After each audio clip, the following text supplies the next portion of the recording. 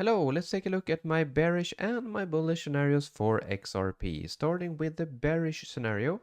Here we are counting this as a 1, 2, 1, 2, 1, 2, 1, 2, 3, 4, 3, 4, 4, 5, and so on, looking for way lower prices.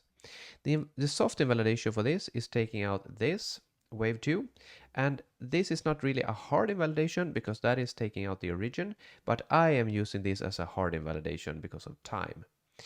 If we move on then to this, the impulse down scenario.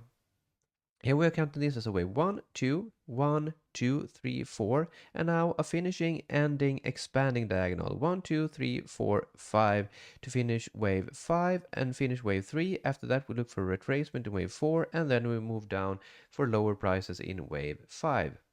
If we then move to the bullish scenarios, we are counting this as a triangle A, B, C, D, E. And now we're looking for 1, 2, 3, 4, 5 and retracement, and then we move up, looking for higher prices. And then we have the other possible scenario as well. This is a finished WXY. So here we are counting this as a wave A, W, WXY to X, Y, B, C, W. So after that, W, X, and then Y here, finishing there. After that, as I mentioned, same scenario basic as the triangle, that we are looking for an impulse 1, 2, 3, 4, 5.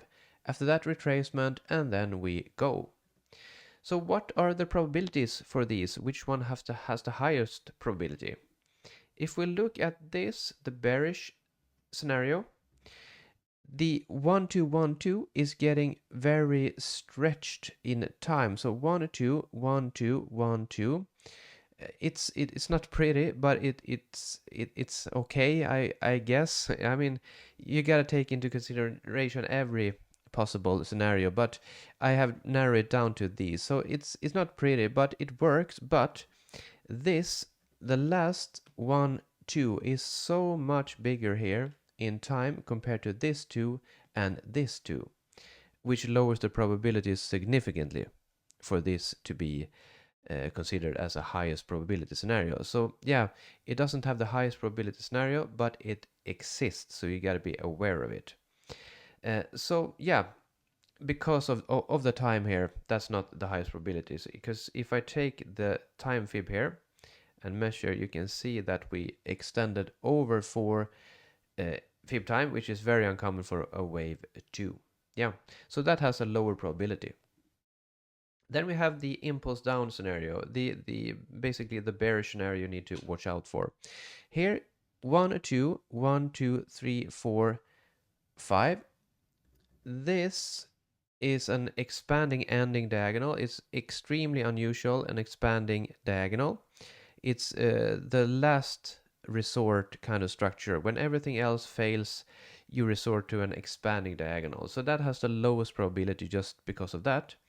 And here the guideline is broken. And what I mean by that is, according to Frost and Prechter in the Elliott Wave Principle book, there is a guideline saying that wave 4 should not enter the price territory of wave 2.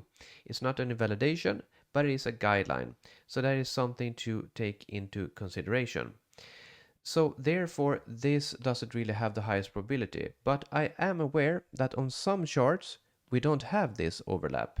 So yeah, take it for what it is. On my chart, the guideline is broken, and therefore I need to accept the guidelines saying that, yeah, it doesn't have the highest probability. But if we get a 5-way down, a clear 4-way and a move down, yeah, of course, this is an option. But as of now on my chart, this is not the highest probability. And then we have the finished triangle. So A, B, C, D, E. Oh, that's a messy triangle, but you get the idea. So 1, 2, 3, 4, 5. If this turns out to be something else than an impulse, yeah, we need to recount this and basically move on to this scenario. Because we have basically the same issue here. If we don't get a clean impulse up, and if we hit the invalidation here for wave 4, I am looking at the lower to be safe here, using the the log scale for this. If we don't get an impulse up, we need to reconsider our count and maybe resort to the expanding diagonal as we had in the bearish scenario. But as of now, this has the highest probability unless we take out this wave 4 invalidation. If it does, yeah, resort to another scenario and recount. So yeah, I hope you enjoyed the video. I hope it was helpful to you, and I hope you have a great day.